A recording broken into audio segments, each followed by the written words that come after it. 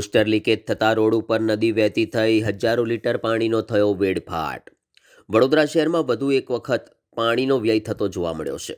શહેરના નવી ધરતી બુસ્ટરમાં આજે લીકેજ થતાં હજારો લીટર પાણી રોડ ઉપર વહી ગયું હતું અને રોડ ઉપર નદી વહેતી થઈ હોય તેવા દ્રશ્યો સર્જાયા હતા.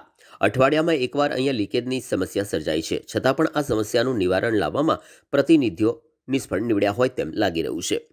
નવી ધરતી આ બુસ્ટરની નજીકમાં જ 2 શાળાઓ આવેલી છે. અહીંયા જ અલગ અલગ પાણીની લાઈનોના વાલ મૂકેલા છે, જેમાં અઠવાડિયામાં એકવાર લીકેજનો પ્રોબ્લેમ સર્જાતો હોય છે, જેથી વારંવાર ખોદકામ કરવામાં આવે છે અને તેના કારણે શાળાએ આવતા જતા વિદ્યાર્થીઓ, વાલીઓ અને વિસ્તારની જનતાને પારાવાર મુશ્કેલીઓનો સામનો કરવો પડી રહ્યો છે.